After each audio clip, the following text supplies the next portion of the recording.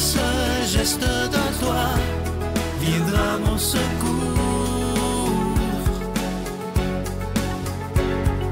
Viens semer dans mon âme le grain de l'amour. Je traverse un désert et je meurs de soif. Montre-moi le mystère qui garde la foi. Bienvenue à votre émission La Victoire de l'amour en ce mardi 3 janvier 2023. J'espère que l'année commence bien pour vous. On rejoint tout de suite pour sa chronique William Baudouin et à l'homélie, ce sera l'abbé Stéphane Roy.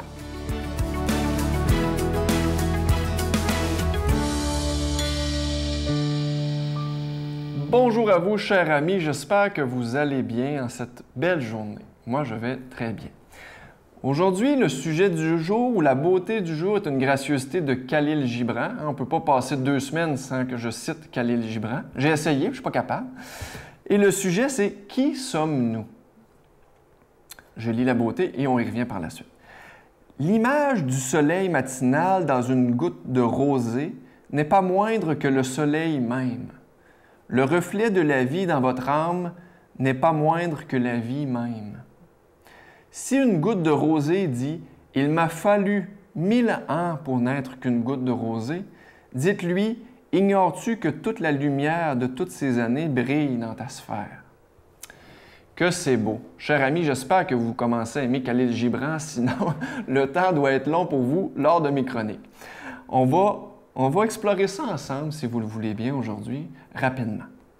Khalil Gibran nous pose la question, en fait, parce que c'est des propositions, tout n'est que proposition, on n'est pas obligé d'acheter ça, bien entendu, mais il nous pose la question, qui sommes-nous? Puis il nous fait une proposition de découverte. J'appellerais ça comme ça. C'est une découverte qui nous lance dans cette beauté du jour aujourd'hui. Puis quand je travaillais sur la chronique, je me posais la question, est-ce qu'on peut ne pas être qui nous sommes? Bien entendu, on peut probablement maximiser un potentiel qui nous habite. Hein? Mais est-ce qu'on peut ne pas être soi? C'est une question que je vous pose. Je n'ai pas de réponse aujourd'hui. C'est une question que je vous pose. Ici, Khalil Gibran nous dit, dans le fond, que nous sommes porteurs de Dieu. Dieu nous habite, nous sommes son reflet, et le reflet n'est pas moindre, hein? Un peu comme le reflet de la vie dans votre âme n'est pas moindre que la vie elle-même. Donc, nous sommes un reflet de Dieu, et donc nous ne sommes pas moindres que Dieu. C'est quand même gros de dire ça. Si on y croit, c'est très, très grand ce qu'on vient d'apprendre aujourd'hui. Nous contenons la vie en nous. Nous sommes porteurs de la vie. Moi, j'ai lu durant ma vie toutes sortes d'articles. J'ai assisté à toutes sortes de conférences. Je lis des livres. Je vais dans des retraites. Et j'ai réalisé que le but de toute cette démarche spirituelle, c'est d'enfin trouver qui je suis. Cette question-là, elle est centrale. Et c'est pas pour rien que j'ai pris autant de semaines avant de vous proposer la question de qui je suis. C'est parce que c'est central et c'est important. Est-ce qu'on finit par découvrir qui on est vraiment? En entièreté, je ne sais pas. Je ne sais pas, je laisse ça ouvert. Mais je me pose la question, dans le fond, quand j'accompagne les grands malades, puis ceux-ci perdent de plus en plus, petit à petit, tout ce sur quoi ils s'identifiaient durant leur vie. Hein? Le mécanicien n'est plus mécanicien. Le père de famille est encore père de famille, mais son rôle change. Hein? Les rôles, les chapeaux sur lesquels on s'était identifié changent ou disparaissent avec le temps, avec la maladie ou simplement avec la vie qui avance. Mais quand on perd tout ça, ce qui est intéressant, c'est de continuer la recherche de qui je suis. Parce que j'ai l'impression que moins on possède, plus on peut découvrir qui nous sommes vraiment. C'est l'invitation que je vous fais aujourd'hui, chers amis. Je vous souhaite une magnifique semaine. À bientôt. Notre Père qui es aux cieux, que ton nom soit sanctifié, que ton règne vienne, que ta volonté soit faite sur la terre comme au ciel. Donne-nous aujourd'hui notre pain de ce jour. Pardonne-nous nos offenses, comme nous pardonnons aussi à ceux qui nous ont offensés. Et ne nous laisse pas entrer en tentation, mais délivre-nous du mal, car c'est à toi qu'appartiennent le règne, la puissance et la gloire pour les siècles des siècles. Amen. Je continuerai à croire, même si tout le monde perd espoir. Je continuerai à aimer, même si les autres parlent de haine. Je continuerai à construire, même si les autres détruisent. Je continuerai à parler de paix, même au milieu d'une guerre. Je dessinerai des sourires sur des visages en larmes et je tendrai les bras à ceux qui se sentent épuisés. Oui, je continuerai à croire. Je suis tellement content de vous parler de ce magnifique cadeau du mois de janvier. Il s'agit d'une exclusivité de la Victoire de l'amour. Je trouve que ça commence bien l'année. Il s'agit d'un chapelet, mais pas un chapelet comme les autres. Premièrement, c'est le chapelet du chemin de croix de la vie de Jésus. Il est fait en bois d'olivier et il est fabriqué par des religieuses à Mexico. Donc, c'est fait à la main. C'est pas fait dans des grandes usines, mais c'est vraiment fait à la main par des religieuses et c'est fait dans la prière. Je vous rappelle qu'il est en bois d'olivier et évidemment, il est déjà béni. Et avec ce chapelet-là, parce qu'il se dit pas de la même façon, évidemment, étant donné que c'est le chemin de croix, vous aurez tous les renseignements lorsque vous recevrez ce chapelet pour savoir comment prier le chapelet du chemin de croix. Je vous rappelle qu'il est en bois d'olivier et que vous le recevrez avec un don de 25 et ça vous en vaut les deux. Avec un don de 40 je vous donne l'adresse, la Victoire de l'amour, case postale 120, succursale Boucherville à Boucherville, le J4B 5E6, je vous la redonne, la Victoire de l'amour, case postale 120, succursale Boucherville à Boucherville, le J4B 5E6. Également par téléphone, par carte de crédit du lundi au vendredi de 8h30 à 16h30 dans le 514-523-4433, 523-4433 ou sans frais le 1-888-811-9291, 1-888-811-9291 et aussi sur notre site Internet. Vous savez que c'est une façon très rapide, sécuritaire et efficace de faire votre don. C'est le www.lavictoiredelamour.org.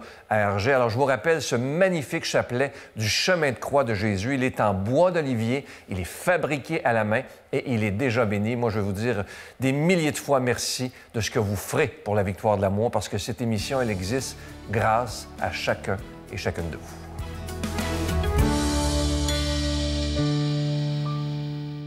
Mon Dieu, donnez-moi la sérénité d'accepter les choses que je ne peux changer, le courage de changer les choses que je peux et la sagesse d'en connaître la différence. Amen.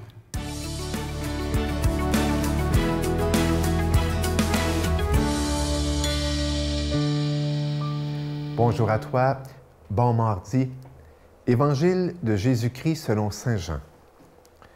Comme Jean-Baptiste voyait Jésus venir vers lui, il dit, « Voici l'agneau de Dieu qui enlève le péché du monde. C'est de lui que j'ai dit, « Derrière moi vient un homme qui a sa place devant moi, car avant moi il était. Je ne le connaissais pas, mais si je suis venu baptiser dans l'eau, c'est pour qu'il soit manifesté au peuple d'Israël. » Alors, Jean rendit ce témoignage. « J'ai vu l'Esprit descendre du ciel comme une colombe et demeurer sur lui. Je ne le connaissais pas, mais celui qui m'a envoyé baptiser dans l'eau m'a dit, « L'homme sur qui tu verras l'Esprit descendre et demeurer, c'est celui-là qui baptise dans l'Esprit Saint. Oui, j'ai vu et je rends ce témoignage. C'est lui, le Fils de Dieu. » Jésus est méconnu. À l'époque si on se place dans l'Évangile, Jésus est méconnu, en dehors de son cercle familial. Marie, peut-être Joseph,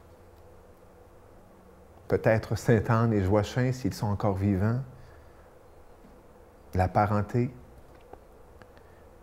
Mais voilà qu'il vient vers Jean, Jean le Baptiste, celui qui, au désert, a fait face à rien d'autre si ce n'est qu'à lui-même, et qui a sans doute appris à discerner, à connaître l'homme, à force de se connaître lui.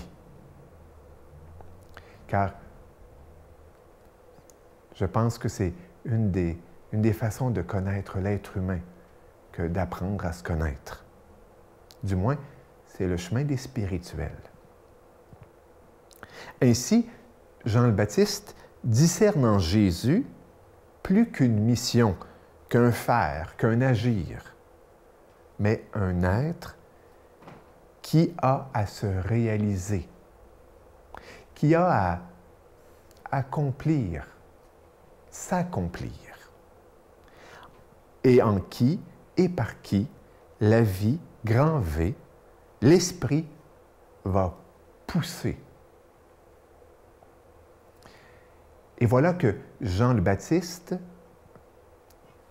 dit, j'ai vu et je rends ce témoignage, celui-là est le Fils de Dieu.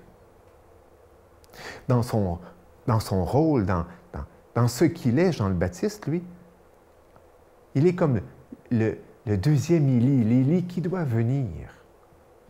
Et quand on regarde dans la Bible, eh bien, le dernier livre de l'Ancien Testament, donc, hein, on change la page et on tombe à Jean-Baptiste, eh bien, on lit cette prophétie hein, dans le chapitre 3 eh bien, du livre de Malachie, les 2 derniers versets. « Voici que je vais envoyer Élie le prophète avant que vienne le jour du Seigneur, jour grand et redoutable. Il ramènera le cœur des pères vers leurs fils et le cœur des fils vers leurs pères, pour que je ne vienne pas frapper d'anathème le pays. » Donc, il voit en Jésus celui qui va ramener le cœur du peuple vers leur Père. Et ce qui est particulier, c'est que dans cette relation-là, entre le cœur des fils et le cœur des pères, eh bien, il y a la paix, à l'opposé de l'anathème. Il y a la bénédiction, à l'opposé de l'anathème. Il y a les promesses, à l'opposé de l'anathème. Et Jean le Baptiste reconnaît ça en Jésus. Ma prière pour moi, pour toi aujourd'hui, c'est d'avoir ce discernement de Jean le Baptiste vis-à-vis de l'autre. Discerner ce que l'autre a en propre, ce qu'est sa mission, ce qu'est son identité, ce qu'est sa couleur. Et non seulement le discerner, mais le dire, le proclamer, dans un but précis, lui permettre d'être. Combien on a le devoir, non seulement nous, d'être, mais de permettre aux autres d'être. Qu'en cette journée, le Seigneur nous bénisse et nous garde. Amen. Je vous salue Marie, pleine de grâce. Le Seigneur est avec vous. Vous êtes bénie entre toutes les femmes, et Jésus, le fruit de vos entrailles, est béni. Sainte Marie, Mère de Dieu, priez pour nous pécheurs, maintenant et à l'heure de notre mort. Amen.